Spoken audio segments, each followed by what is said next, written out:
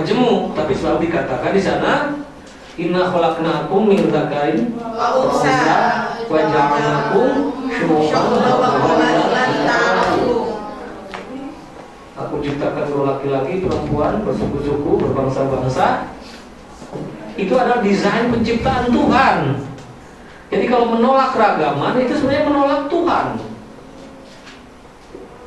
Bahkan di ayat lain yang sering kita kutip, tapi kutipannya seringkali tidak lengkap, langsung ke fastabiqul khairat, berlomba-lomba dalam kebaikan. Coba sebelumnya apa bunyinya? Apa coba bunyinya sebelum ayat itu, komplitnya ayat itu? Sekiranya aku kehendaki, niscaya kalian itu akan bersatu, satu pendapat. Tapi tidak, sengaja perbedaan itu aku pertahankan supaya kalian bisa berlomba-lomba di dalam kebaikan. Coba cek lagi bunyinya ayat Al-Quran itu. Jadi keragaman itu sudah desain kehendak Allah Subhanahu Wa Taala. Menolak keragaman sebenarnya itu anti Tuhan. Kita ini bisa disebut komunis tersendiri itu. Tuh. Nah, supaya apa keragaman ini dikatakan di situ? Litarof. Apa maknanya litarof itu? Saling mengenal. Itulah saya tidak terlalu sepakat terjemahan ini. Terjemahan Indonesianya kurang kuat. Litarofu. Ain rofa. Itu kan satu rumpun kata dengan kata arif juga. Dia tahu. Arif juga.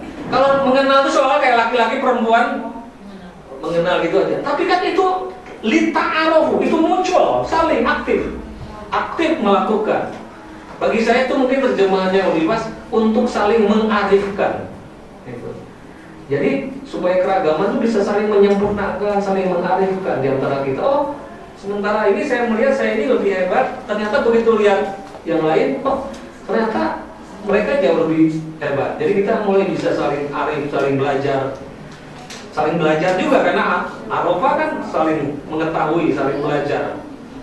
Kata Ibn Arabi, ketidaktahuan itu pangkal kebencian. Ketidaktahuan merupakan pangkal kebencian.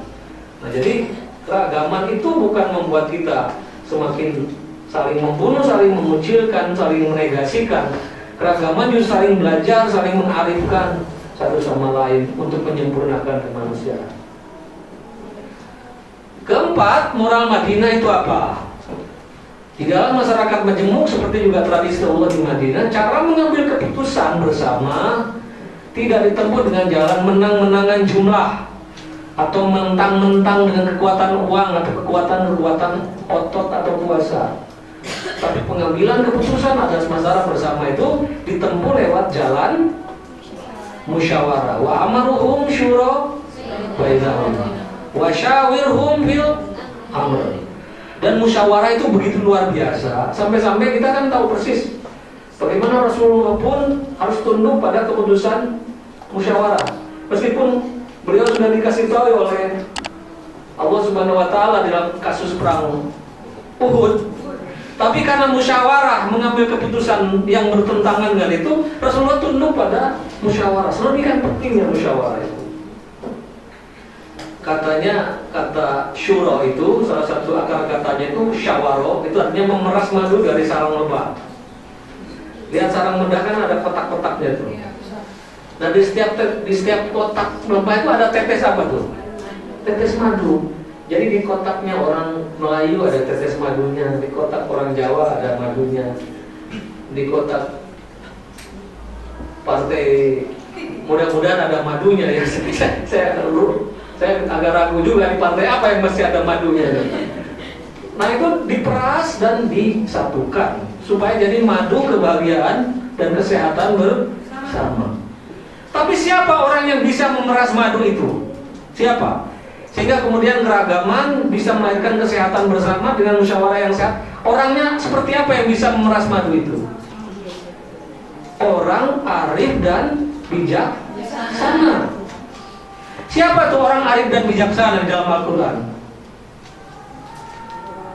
Alladzina yastami'una qawla fayattabi'una ahsana.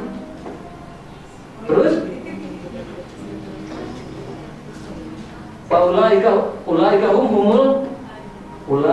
ulul albab. Ulaika hadanallah, ulaika ulul albab. Jadi orang-orang yang tercerahkan dan bijaksana itu adalah orang yang mau mendengar perkataan dari siapapun, lalu mengambil yang terbaik. Makanya di dalam musyawarah etikanya adalah, ini kan bagian dari mahfuzat kita juga dulu. Unzur ma qala walandur, lihat argumennya. Kalau dalam musyawarah tuh lihat argumennya, jangan lihat siapa yang berbicaranya. Kalau lihat bicaranya, argumennya sebenarnya masuk akal ya. Saya orangnya kulit hitam, gitu. Bisa. Lihat the songnya, tapi jangan lihat the singernya. Itulah di dalam etika musyawarah adalah argumennya bermutu atau tidak. Nah, coba dulu bayangkan waktu Sumpah Pemuda, waktu itu perutusan ke Kongres Pemuda itu kebanyakan pemuda dari tanah Jawa. Memang ada yang dari Sumatera, ada yang dari Maluku, ada yang dari Sulawesi, tapi kebanyakan dari tanah Jawa. Tetapi waktu itu jumlah penutur bahasa Jawa waktu itu sudah 70 juta. Jumlah penutur bahasa Melayu hanya 300.000 waktu itu. Tapi semua pemuda yang ikut Kongres 28 menyepakati bahwa bahasa persatuan yang disepakati itu bukan bahasa Jawa, tapi bahasa Melayu. Kalau saja Kongres Pemuda itu terjadi hari ini, kira-kira yang jadi persatuan bahasa apa? Bahasa Jawa. Karena bahasa sekarang ini mayoritas terus ngomongnya itu, menang-menangan jumlah. Dan keputusan kita mengambil bahasa Melayu, jadi bahasa persatuan, keputusan yang benar. Karena bahasa Jawa itu meskipun jumlah penuturnya banyak, tapi boleh bilang dikembangkan hanya oleh orang-orang Jawa saja. Tapi bahasa Melayu meskipun penuturnya waktu sedikit, tapi dikembangkan oleh banyak sekali kelompok-kelompok, komunitas-komunitas agama, etnis dan lain-lain. Sehingga bahasa Melayu kemudian dengan cepat menjadi bahasa persatuan. Nah, kalau terjadi hari ini itu tadi, barangkali yang akan diambil adalah bahasa Jawa sebagai bahasa persatuan. Dan percaya kalau bahasa Jawa jadi bahasa persatuan, sampai hari ini orang Papua, orang Aceh belum bisa berbahasa Jawa. Oke, ya, jadi itu musyawarah. Dan kedua katanya kata musyawarah itu juga berasal dari kata-kata isyarah.